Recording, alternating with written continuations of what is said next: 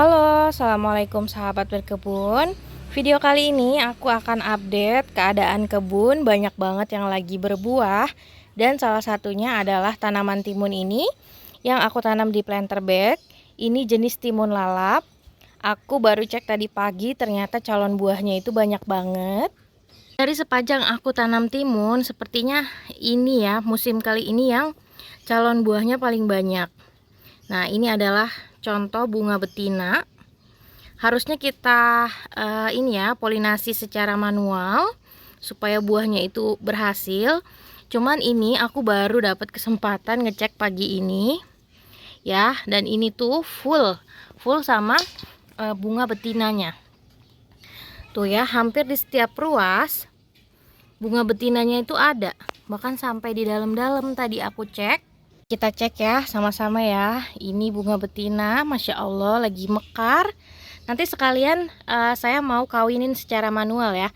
Jadi bunda-bunda di rumah yang punya tanaman timun itu bisa ikutin cara aku untuk kawinin bunga-bunga timun secara manual. Supaya apa? Supaya calon buahnya jadi ya.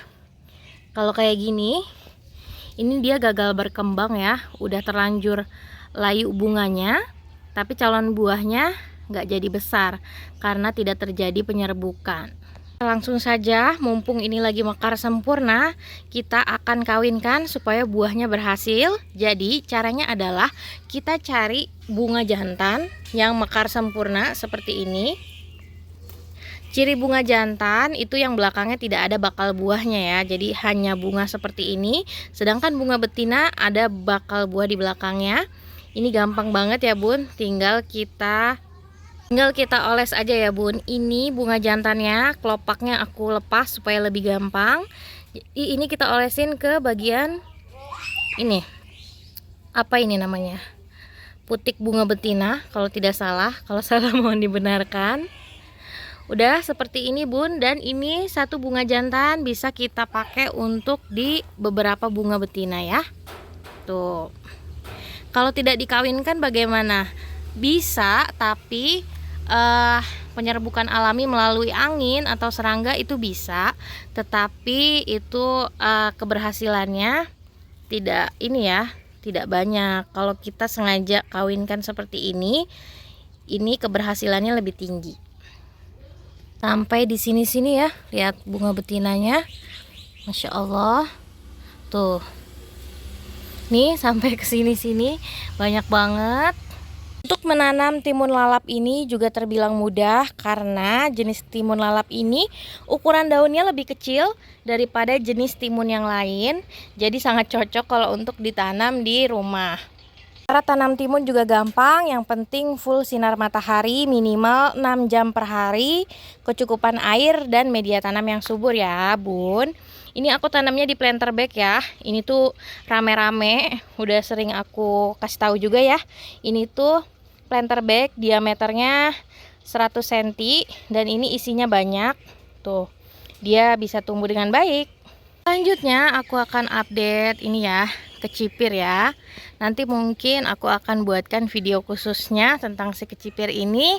Sekalian kita panen kecipirnya karena Masya Allah ini buahnya benar-benar banyak ya bun. Tuh nih.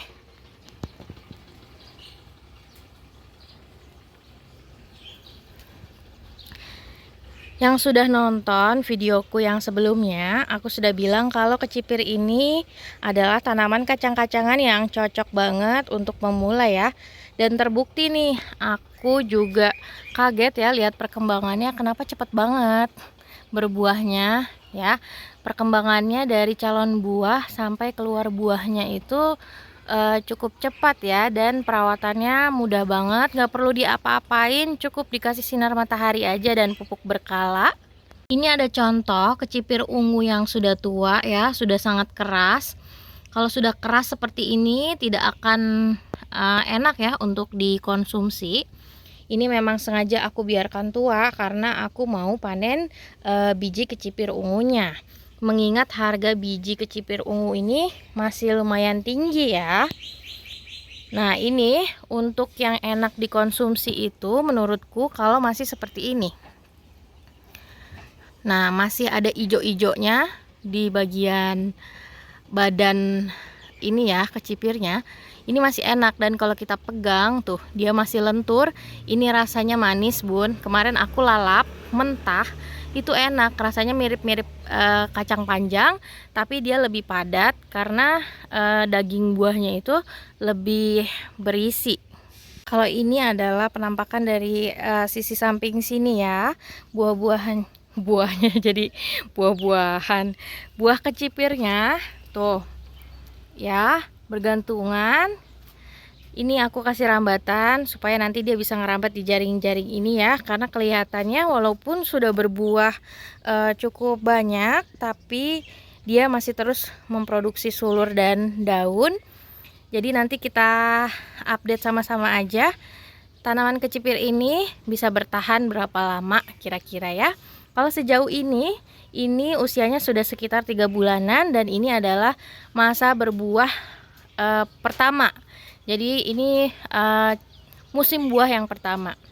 Untuk bunda juga yang mau pesan biji kecipir ungu bisa langsung ke Shopee Kebun Una. Selanjutnya aku mau update, ini adalah semayan yang sudah aku ceritakan di video sebelumnya. Ini adalah semayan cabai Carolina Reaper atau cabai terpedas nomor 1 di dunia ya. Ini pedas banget bun, aku pernah coba sampai tanganku itu rasanya kayak kebakar megang cabai ini ya. Sekarang ini udah mulai tumbuh, tapi dari setiap polybag yang aku semai ternyata tidak semuanya tumbuh ya, hanya beberapa polybag aja yang berhasil tumbuh. Kalau dilihat dari sini bentuk daunnya mirip dengan cabai rawit lokal yang biasa saya tanam. Nanti akan aku update terus perkembangannya dari hari ke hari ya. Semoga berhasil sampai berbuah. Ini tomat-tomatnya sudah mulai merah ya. Ini tomat cherry rampai. Kemudian ini ada tomat pir ya, tomat pir kuning. Ini sepengalamanku, tomat pir kuning kalau sudah matang dan telat kita panen seperti ini, pasti buahnya itu jadi cepet banget nih, jadi sasaran serangga di kebun ya, karena memang dia rasanya lebih manis daripada tomat-tomat lokal yang biasa aku tanam. Selanjutnya aku akan update semayan-semayan yang kemarin aku ceritakan di video sebelumnya. Ini ada terong putih, sudah mulai seger ya, dan daunnya sudah makin melebar. Lalu ini aku seneng banget, akhirnya cabai rawit putih aku sudah mulai belajar berbuah. Ini ya, ini usianya sudah cukup lama ya, mungkin sudah hampir 5 bulan dan baru belajar berbuah karena beberapa kali dia kena serangan hama. Tidak aku apa-apain, hanya dipangkas aja, dipangkas terus sampai akhirnya dia lebih sehat dan berhasil belajar berbuah. Alhamdulillah. Jadi bisa dilihat ini bagian batang utamanya sudah mulai berkayu ya, dan sudah lumayan keras karena memang ini usianya sudah cukup lama, sudah lebih dari 4 bulan ya, dan dia baru berhasil berbuah.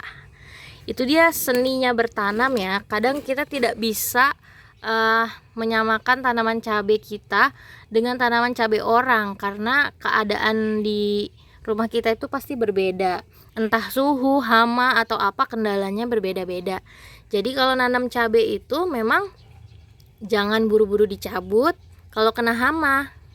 Karena tanaman cabai itu bisa berbuah berkali-kali, atau kalaupun kena hama itu dia biasanya masih sanggup tumbuh lagi. Cukup kita pangkas aja. Kuncinya adalah di pemilihan varietas cabai yang kuat dan tahan hama. Untuk pembelian lagi. Untuk pembelian biji cabenya, bunda juga bisa check out di Shopee Kebun Una ya. Jenis cabai yang aku rekomendasi untuk pemula yang tahan hama adalah jenis cabai rawit Jenny atau cabai rawit Dewata. Itu cocok untuk pemula.